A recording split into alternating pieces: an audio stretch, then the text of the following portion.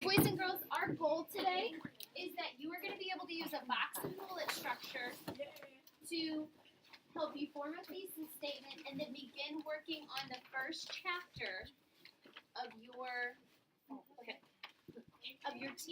informational book. Okay, so today is a really big day. We've got a lot to do.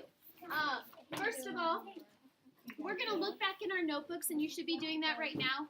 What are some broad statements that you have taken notes about teen activism? Remember, when we write our box and bullet structure, we want to think about what are the broad statements about teen activism. Go ahead and think to yourself.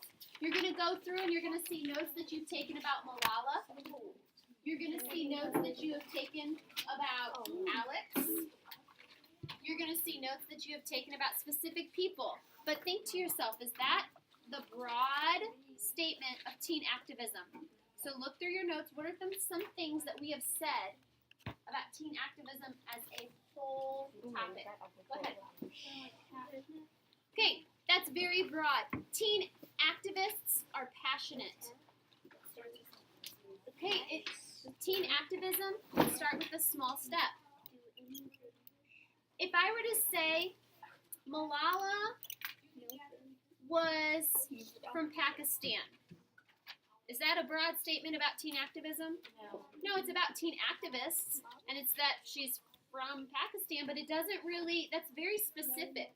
If I say that Alex wanted to change the way that you recycle electronic wastes, is that a broad statement about teen activism?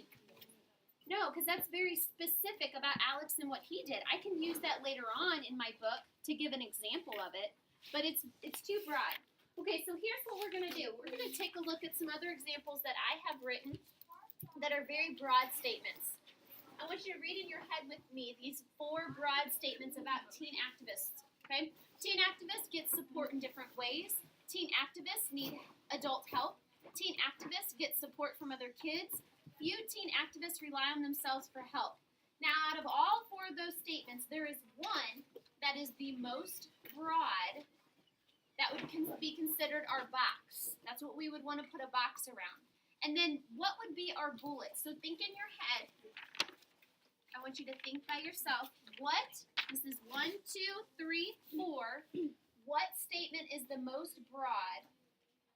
And then we could have our reasons. Because of this, and because of this. Okay? I love seeing all your hands. Go ahead and show me 1, 2, 3, or 4. Which one do you think is the most broad? 1, 2, 3, or 4. What's the super? It's up here. We'll go back over that. Okay, if you said 1, give yourself a pat on the back. I kind of made that one easy for you already. Okay, it was already up there. This one, if I look at it, my electronics will work for me. Maybe not. I would put my box around this, okay, and then these would be my 3 bullet points. All right, so here's my box, and then following would be, these would be my bullet points. They get adult help. My second paragraph could be about how they get support from other kids, and my third paragraph could be about how they rely only on themselves for help, or few of them rely only on themselves. Okay, let's take a look at this. Which out of all of these, I want you to read them to yourself, and for the purpose of the video, I'm going to read them out loud so that way we'll know what it is later. But teen activism comes in a moment of inspiration. Teen activism can be started from wanting change in one's own personal experience. Teen activism begins in different ways. Teen activism can be sparked through a difficult experience. So think in your head, 1, 2, 3, which would be the box? And then what would then follow as the other? So we have the most broad, and then we get more specific. So show me with your fingers once you think you have found the most broad. Okay, right. It is the third one.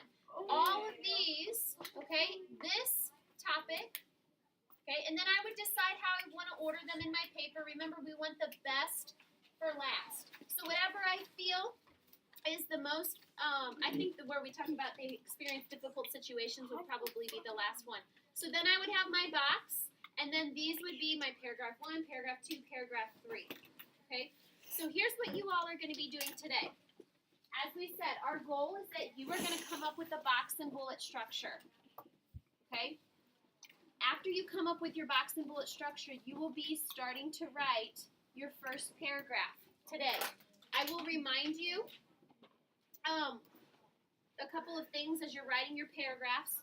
I'll leave this up here for you. I am just requiring that you have an intro and 2 supporting paragraphs and a conclusion.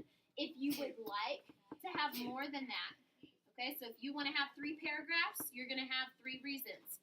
You can have as many supporting paragraphs as you want, but I'm only requiring that you have 2 for your first chapter, okay? When you're thinking about your box and bullets and what to create, I've left a couple of examples up here on the anchor chart for you to refer to and use if you would like to. I've left a resource over here for you to read through. Whenever you're trying to think about key points for a topic, you can read through this if you would like to. Please, boys and girls, be a proactive learner. If you can't figure out how to write something or come up with a key point, use the anchor charts around the room. I also have the box and bullet structure over there for you. Now, even though that one says a character trait is a reason, fill in all the orange with teen activism is something. Okay? So let's look specifically at the intro real quick. In the intro, remember you want to hook your audience, include background information, and a thesis. And like I said, you're going to be using those anchor charts. Okay? You will be getting on Google Docs to create your assignment. And I'm going to explain to you later how to put the title and all of those things in, okay? So